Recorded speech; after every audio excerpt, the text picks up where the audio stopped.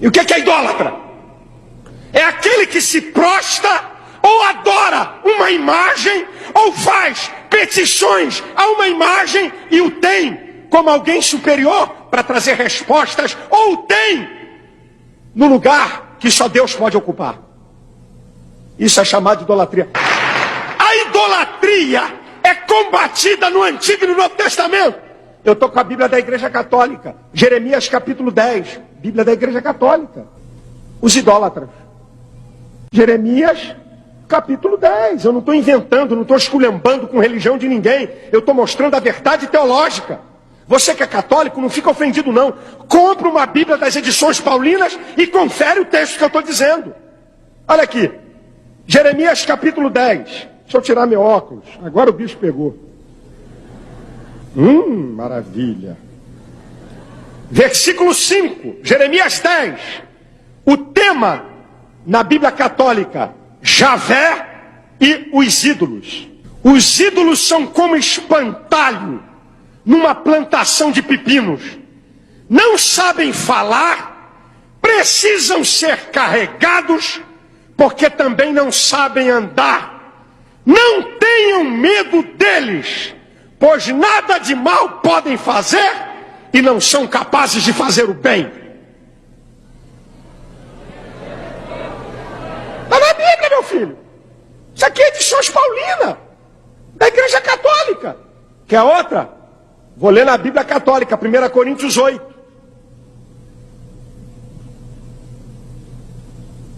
1 Coríntios capítulo 8. Essa aqui é a pá de cal, para a gente continuar a brincadeira aqui.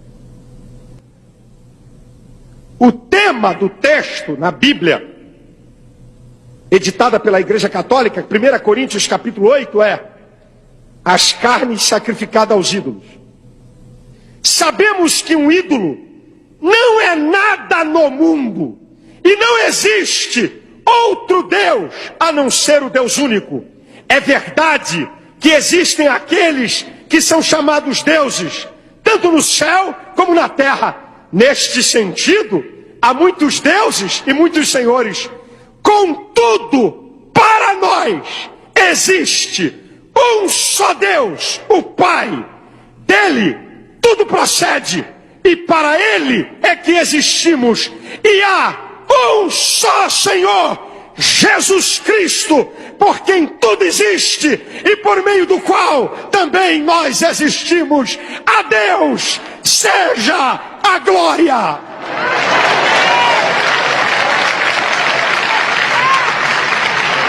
Era como alguém poderia ter construído uma basílica para abrigar uma mera imagem.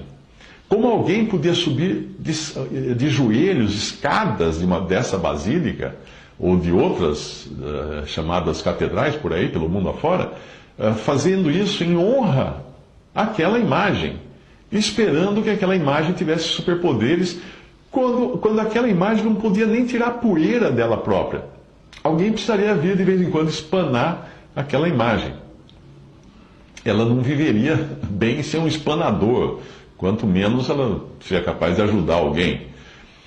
O Salmo 135, de 15 a 17, diz: os ídolos dos gentios são prata e ouro, obra das mãos dos homens. Têm boca, mas não falam, têm olhos e não veem, têm ouvidos, mas não ouvem, nem há respiro algum nas suas bocas. Bom, a pergunta é a seguinte: nós podemos ou não podemos cultuar pessoas e imagens? Aqui, para a gente entender isso, nós precisamos entender logo desde o início o que é um ícone e o que é um ídolo. Todos os dois são imagens, mas são duas coisas completamente diferentes.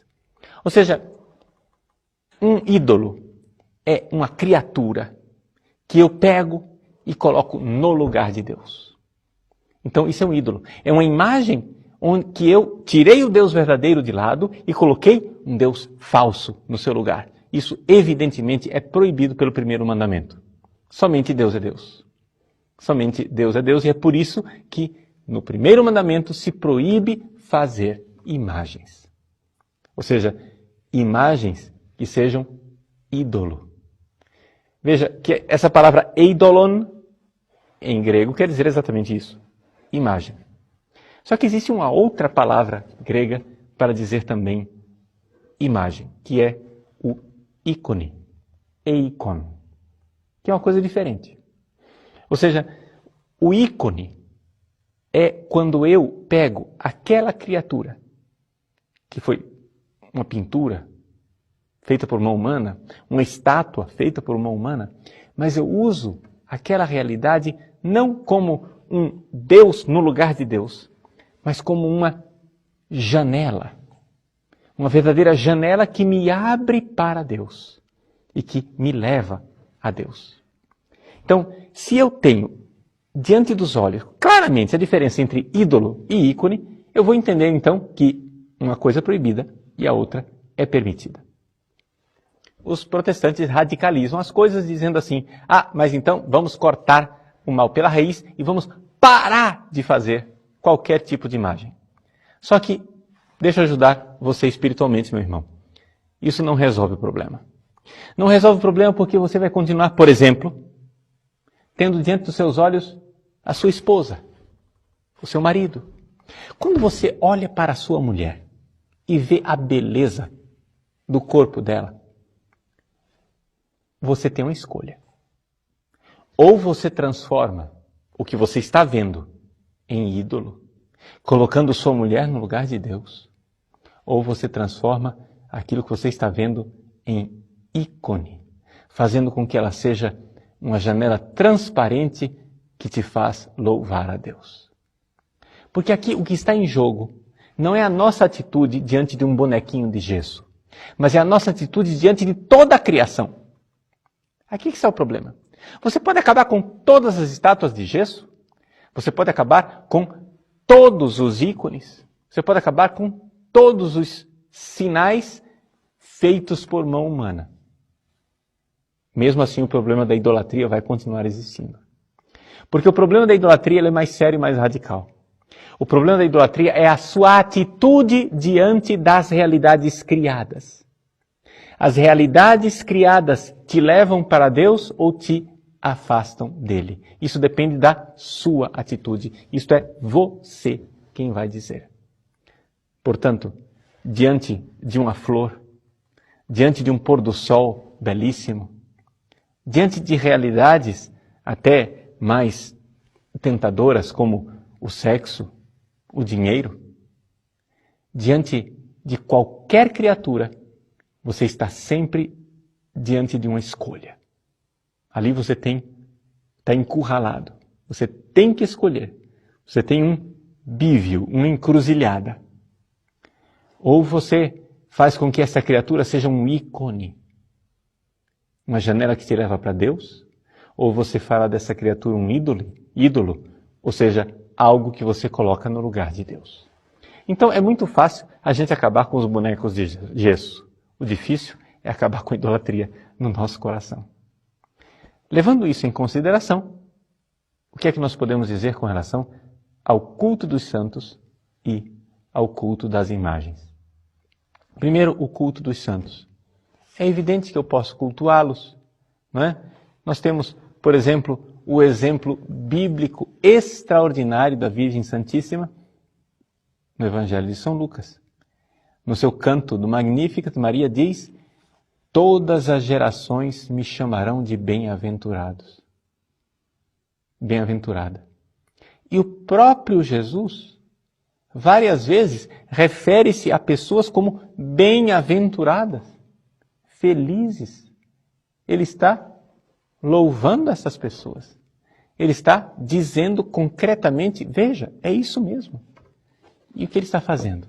Está dizendo, veja a ação de Deus nestas criaturas. Criaturas que Deus está usando, onde Deus está agindo. Estes são os santos. Quando nós católicos veneramos um santo, nós estamos dizendo o seguinte: vejam como Deus é grandioso usando seres humanos. Deus é capaz de usar a frágil criatura humana para realizar a sua obra. Agora, quando eu tenho uma imagem, quando eu tenho um ícone produzido por uma humana que me recorda esta criatura, aqui eu tenho a mesma coisa de uma bela paisagem que eu fotografei. Se você passeia na natureza bonita, nós aqui em Cuiabá, por exemplo, podemos passear na Chapada dos Guimarães, a gente vê a beleza da criação, acha aquilo lindo, você pode ter uma atitude pagã e começar a venerar aquilo como Deus, né? As forças cósmicas, o Deus que está ali na natureza, etc, etc. Isso será paganismo, idolatria. Ou você pode ver a beleza daquela natureza e louvar a Deus. Isso então é um ícone. Agora, se você vai e tira uma foto, para se recordar daquele momento de louvor intenso que você teve lá na Chapada dos Guimarães, e todas as vezes que você vê aquela foto, você vê a beleza da criação e louva a Deus por isso. Isto é um ídolo? Não. É uma janela que te conduz para Deus. A mesma coisa quando eu tenho uma imagem de um santo, quando eu recordo a grandeza desse filho de Deus, dessa filha de Deus, que Deus utilizou de forma extraordinária no heroísmo, no martírio, se entregando por amor a Cristo. Pois bem, ali eu posso e devo glorificar a Deus através dessas criaturas. Portanto, você pode sim venerar imagens. E venerar imagens, vamos ser bem concreto. Você pode se ajoelhar diante de imagens, você pode falar com os santos diante da imagem, você pode beijar as imagens, acender velas diante delas, colocar flores diante das imagens. Por quê? Porque o segundo concílio de Nicéia nos diz que o culto que é prestado à imagem não se dirige à imagem, mas se dirige ao protótipo, ou seja, àquele que está lá no céu. Então, se você venera a Virgem Maria, se ajoelha diante da imagem da Virgem Maria, acende uma vela, reza, se ajoelha e pede a ela essa atitude de humildade. Mas, padre, se ajoelhar diante de uma criatura? Sim, se ajoelhar diante de uma criatura na qual Deus resplandece na sua glória. Sim, eu posso e devo fazer isso para reconhecer a glória de Deus naquilo que Ele criou. Eu posso me ajoelhar diante de uma imagem sabendo que eu estou me ajoelhando diante da Virgem Maria, que está junto de Deus no céu. Agora, ao me ajoelhar diante da Virgem Maria, eu estou cometendo uma idolatria? Depende. Se você a trata como um ídolo, colocando no lugar de Deus, é idolatria. Mas se você faz dela uma janela que te conduz para Deus, então é simplesmente o mistério do ícone. Uma janela que nos conduz para o culto e o louvor a Deus numa glória eterna, que a Ele pertence.